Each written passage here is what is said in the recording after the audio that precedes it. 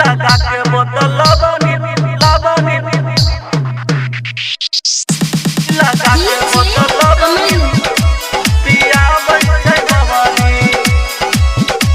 पिया बन जाए भवानी। सुन रहल छी मां श्री सा रिकॉर्डिंग स्टूडियो के शानदार प्रस्तुति। रात भर हम सब पिए छिए तारी रात भर हम सब अच्छा रात भर हम सब पिए छिए तारी रात भर हम सब पिए छिए तारी लगा के बोतल लबनी पिया छै बबनी लगा के बोतल लबनी पिया छै बबनी। रात भर हम सब पिए छिए तारी रात भर हम सब रात भर हम सब पिए छिए तारी रात भर हम सब पिए छिए तारी लगा के बोतल लबनी पिया छै बबनी लगा के बोतल लबनी पिया छै बबनी पिया छै बबनी पिया छै बबनी लगा के बोतल लबनी पिया सुन रहल छी मां श्री सा रिकॉर्डिंग स्टूडियो हाजीपुर मरीगाछी सब।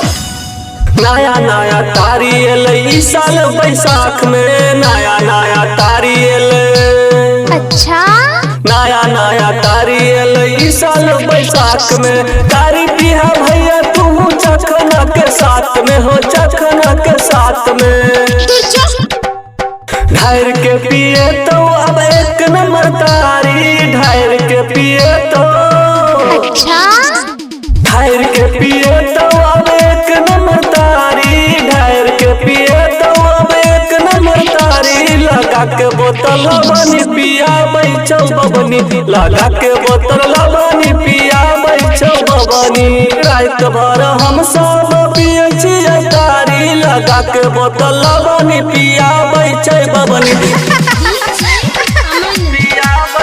बबनी पिया छै बबनी लगा के बोतल लबनी पिया छै बबनी। नया नया स्टूडियो सुनल सवरिया के नया नया स्टूडियो अच्छा नया नया स्टूडियो सुनल सवरिया के तारी पिए चला भैया तू बसी टोला में हो तू बसी टोला में शंकर राइटर गीत लिखल कई शंकर राइटर अच्छा शंकर राइटर गीत लिखल कई शंकर राइटर गीत लिखल कई लगा के बोतल लबनी पिया छै बबनी लगा के बोतल लबनी पिया छै बबनी। रात भर हम सब पिए छिए तारी रात भर हम सब अच्छा रात भर हम सब पिए छिए तारी रात भर हम सब पिए छिए तारी लगा के बोतल लबनी पिया